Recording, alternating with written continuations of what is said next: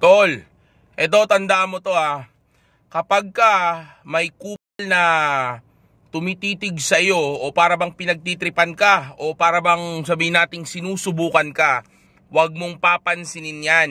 Kasi yung kupal na yan, kaya ganyan yan sa iyo ay dahil nai-insecure siya sa iyo o hindi siya masaya sa buhay niya o kaya naman sabihin nating dahil nga beta male siya, yung ego niya ay napaka-fragile o sabihin nating mabilis masira, mabilis masaktan, sobrang sensitive, okay? Kaya kapag ka nakakita siya ng isang lalaki na para bang mas sabihin nating mas mataas sa kanya o mas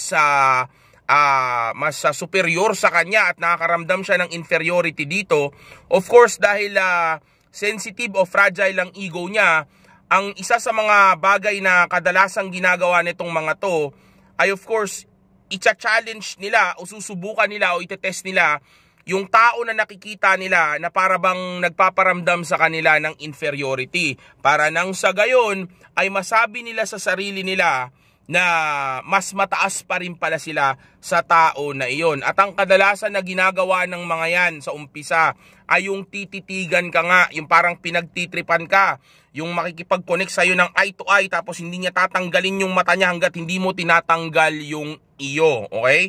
Sa totoo lang, G, kapag ka pinatulan mo yan o nakipagtitigan ka dyan sa tao na iyan, marahil yung ibang mga tao sa paligid iisipin nila na para bang dalawang siga o dalawang matapang o dalawang tunay na lalaki o dalawang alpha male yung nagbanggaan ng dahil sa titigan.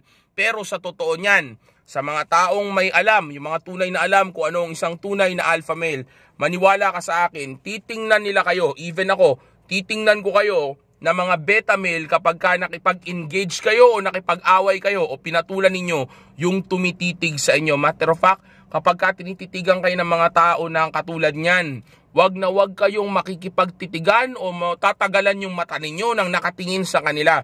Kasi nga sa moment na gawin ninyo yun, binibigyan nyo lang sila ng pabor na mangyari yung bagay na gusto niya o maramdaman niya yung bagay na gusto niyang maramdaman. Well, actually, sa totoo lang, ito yan. Ang isang tunay na alpha male, confident yan sa sarili niya. Okay? Kahit na may tumititig pa sa kanya o may sumusubok pa sa kanya, wala siyang pakialam o sabihin nating hindi issue sa kanya ang tumalikod na lang o wag pumatol sa gulo na iyon. Okay? Kasi nga, confident siya sa sarili niya na kahit na hindi niya patulan yon o sa tingin ng tao na iyon, nanalo siya sa kanya, okay? Wala pa rin siya pakialam doon kasi nga alam niya kung anong klaseng buhay mayroon siya. Di ba? Parang ako, marami akong babae, maganda buhay ko, masaya buhay ko, nag-workout ako, focus ko on self-improvement ko, alam ko ang purpose ko, mas priority ko ang grind ko. Okay? So, ngayon, dahil ganun yung buhay ko, wala akong pakialam. Kung may mga taong katulad nun, o mga lalaking tititig sa akin, o hahamon sa akin, o feeling nila mas magaling sila sa akin, kasi nga kilala ko ang sarili ko. Komportable ako at kumpiyansa ako sa sarili ko. So kahit natitigan niya pa ako, at biglang nakita niya na hindi ako nakipagtitigan sa kanya, na para bang mukha akong natakot, okay lang yun. Dahil sa totoo lang, naawa pa nga ako sa kanya. Dahil lang isang tunay na alpha male ay maawain. Okay? So kung tinititigan ako ng isang beta male at gusto niya akong pagtripan at gusto niya mag-away kami dahil napaka-importante ng oras ko, napaka-importante ng enerhiya ko, ng buhay ko, ang dami kong mga obligasyon, of course, hindi ko hindi ko nga papansinin yan. Kumbaga, yung ganyan hindi natin papatulan yan. Kasi nga, pag pinatulan ko yung ganyan, then bumababa na nga ako sa level niya. Okay? So ang point ko dito is, wag na wag nyong ibababa ang level ninyo o papatol kayo sa ganyang klaseng tao kasi nga yung ganyang klaseng mga tao, kawawa na yung mga ganyan. Kasi nga ang buhay nila ay hindi maganda. Kaya nga sila ganyan. Yung iba dyan, naghahanap lang sila ng mapagtitripan nila para magawa nilang maboost ulit yung ego nila. Okay? Dahil nga kailangan nila yon kasi nga ang buhay nila ay hindi maganda. Okay? Hindi nila na-enjoy ang buhay nila, hindi nila nararamdaman yung superiority. Sa halip, ang nararamdaman lang nila madalas ay yung inferiority. Kaya nga, pag may nakita silang isang tao o lalaki na maayos o sabihin nating feeling nila mas mataas sa kanila, pinagtitripan nila ito. Sinusubukan nila kung talaga bang mas mataas ito sa akin. Talaga bang mayabang tong naka BMW na ito? Talaga bang may binatbat to? Dahil tapos ako ganito lang, kumbaga talaga bang kaya ako nito porque naka ano lang ako, tambay lang ako, tapos ito naka BMW, subukan ko nga. Ang mga naka BMW matatapang o talagang pumapalag, 'di ba? Tapos susubukan kanya ngayon. Ngayon kapag nakita niya na nagmukha ka natakot sa kanya, of course mararamdaman niya ngayon na mas mataas pala siya sa iyo. Ang pathetic, 'di ba? Ganyan sila, okay? Ganyan ang mga beta male dahil sobrang kailangan nila makaramdam ng sabihin nating confidence or ego para ma-boost yung ego nila. Ang ginagawa nila ay gumagawa sila ng mga bagay na pathetic na pwede pa silang mapahamak para lang dun sa bagay na iyon. Ganun sila ka-loser. Tapos papatulan mo yun, ibababa mo yung level mo para dun sa mga yon. Wag, G. Wag na wag kang papatol sa mga yon. Wala kang mapapala. Pero kung sabihin natin, dumating ang time na nananakit na, case-to-case basis yan. Una, pwede mong tawagin yung guard, tawagin yung police, o kaya kung kailangan na talaga lumaban ka. And ito pa pala yan. Mostly sa mga yan, sabihin natin hindi naman talaga mananalo sa iyo pagdating sa fight, pagdating sa pisikalan, kasi nga mostly sa kanila hindi naman talaga marunong sa away. Maaangas lang at mayayabang. Maniwala kay sa akin.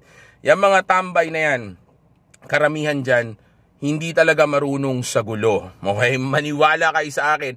Ang daming tambay sa amin, ang daming mga pagangsa-gangsa sa amin. Nakala mo nga angas, iba mga tatuan pa, tapos tadtad pa ng hikaw, tadtad pa ng kung ano-anong kung ano-ano sa katawan. Okay, nakala mo gangster talaga. Pero maniwala ka sa akin, hindi sila marunong sumuntok, hindi sila marunong tumayo, okay? Kung paano yung magkaroon ng stance pagdating sa fighting. Wala nga silang training. Okay, maaangas lang talaga kasi nga ang gusto nila, tingnan sila ng mga tao sa paligid na mataas. Kasi nga nasasaktan ng ego nila kapag kami namaliit sila ng mga tao sa paligid kasi nga sa uri ng buhay na mayroon sila. So, para mapagtakpan nila yung pagiging maliit nila o yung sabihin natin kawalan ng kwenta ng buhay nila, yung pagiging beta male nila, ang ginagawa nila, nangaaway na lang sila ng mga matataas para at least masabi niya sa sarili niya at pati ng mga tao sa paligid na si ano nga inaaway niya, hindi nakapalag sa kanya, di ba? At least siga siya, di ba? Pero sa totoo lang, karamihan sa mga yan, not all, pero majority hindi marunong sa fighting. One time nga nakapanood ako ng mga rapper na ang aangas magra-rap, ang aangas sa mga lyrics, kung ano mga pinagsasabi. Pero nung nakita ko nagsuntukan sila sa internet, mga hindi marunong sumuntok, di ba? Yun yung sinasabi ko. Kung sino madaldal, kung sino maraming sinasabi o yung laging binibida niya yung sarili niya, yun pa yung mahihina. Dahil kaya nga niya binibida yung sarili niya dahil alam niya at na alam din ng paligid na siya, loser talaga siya. Wala talaga siyang kwenta. Okay? So pag may tumititig sa'yo, nagtitrip at gusto kang hamunin ng suntukan o para bang pinapainit ka, huwag ka mag-engage. Okay? Okay na yung matingnan mo lang yung mata niya, tapos mag-move on ka na. Kung para sa kanya, pag uwi niya sa bahay, ang astig niya, o bilib na bilib siya sa sarili niya kasi feeling niya natakot ka niya, then hayaan mo na lang. Kung duwag ka para sa mata niya, hayaan mo na lang. Hindi naman makakatulong sa'yo yan. Wala ka namang mapapala dyan.